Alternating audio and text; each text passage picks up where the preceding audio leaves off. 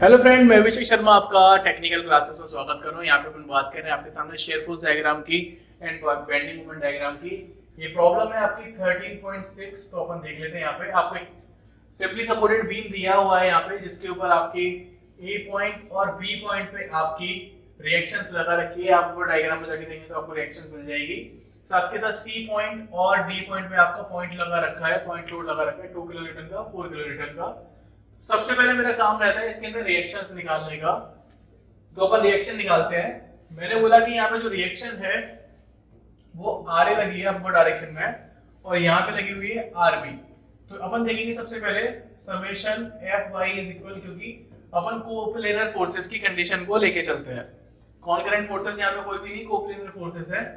तो अपन लेंगे are A plus के आर बी, जो कि अपर डायरेक्शन में उनको पॉजिटिव कर लिया और जो डाउनवर्ड में लग रहे हैं उनको नेगेटिव कंसीडर कर लिया।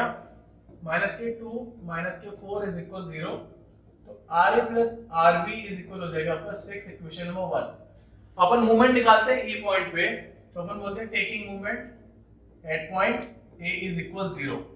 तो क्या आएगा आप देखिए। सबसे पहले आपकी वैल्यू निकलेगी आर बी की, जो कि इस बीम को इस पॉइंट के अबाउट कैसे घुमाएगी, एंटी क्लॉकवाइज डायरेक्शन।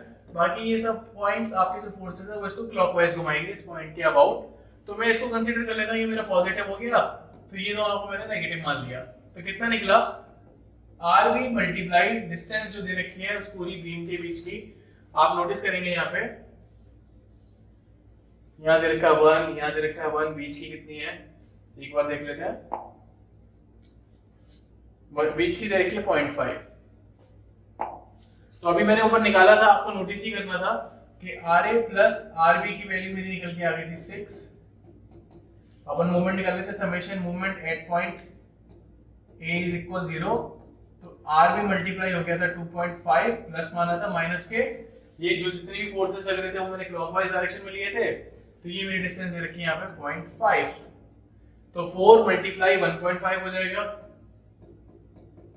माइनस के 2 मल्टीप्लाई 1 इज इक्वल 0। तो आर बी मल्टीप्लाई 2.5, ये तो जाएंगे प्लस हो जाएंगे। तो ये हो जाएगा 4 इंटू 1.5 प्लस के 2। तो मुझे सॉल्व करना है, 1.5268 हो जाएगा। तो आर बी इज इक्वल, ये आपका 6 और वो हो जाएगा 8। तो मिलाकर 8 बाई 2.5 आ रही है वैल्यू। आप इसको सॉल्व करना, पॉइंट हटा के ऊपर 0 बढ़ाएंगे 80 आएगा। डिवाइड करेंगे तो आपके पास आरबी की वैल्यू कुछ निकल के आएगी 3.2 किलो न्यूटन।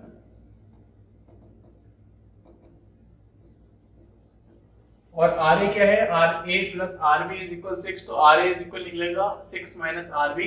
तो वैल्यू निकल के आ रही है मेरी 2.8। तो यहां तक मुझे क्या है, आर ए आर बी की वैल्यू आइडेंटिफाई हो गई। तो शेयर फोर्स डायग्राम सिंपली बन जाएगा।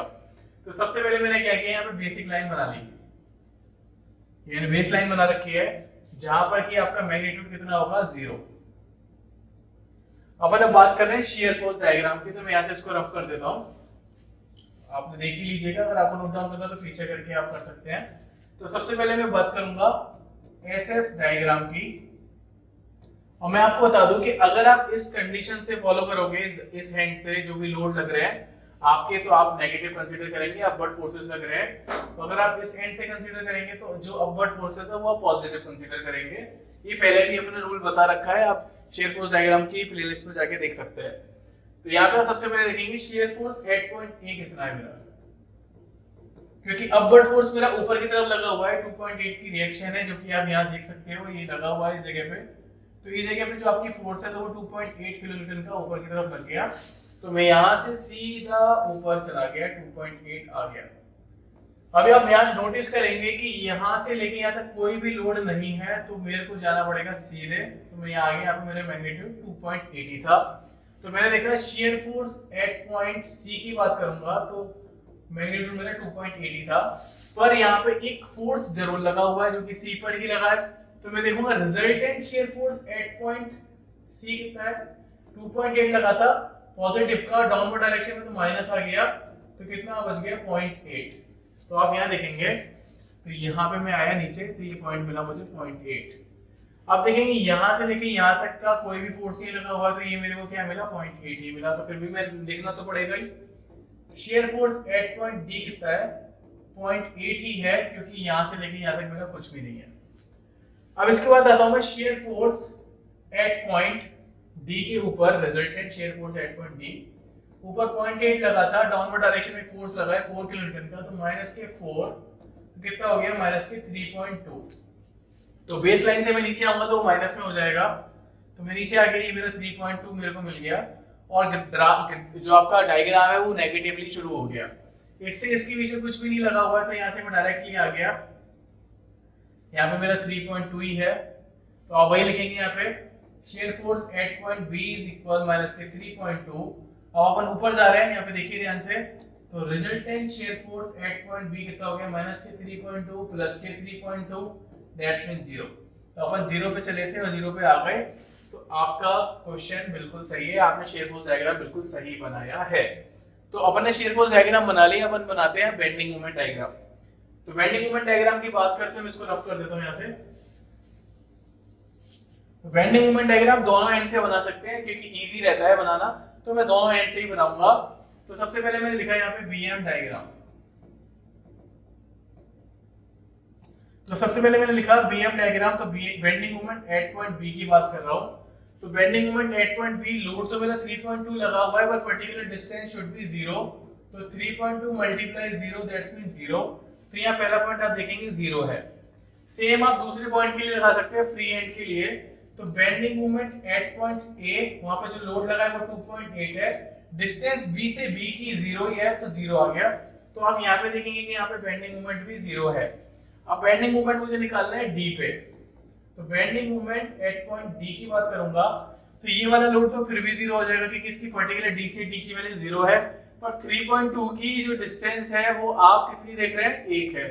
तो मैंने यहाँ लगा दिया 3.2 मल्टीप्लाई 1, तो 3.2 आ गया।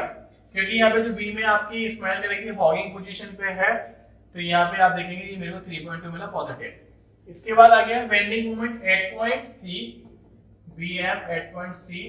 तो लोड लगा है 2.8 का, डिस्टेंस है 1, बाकी इस पॉइंट का मैग्नीट्यूड उसी डिस्टेंस पे 0 हो जाएगा, तो 2.8 आ गया।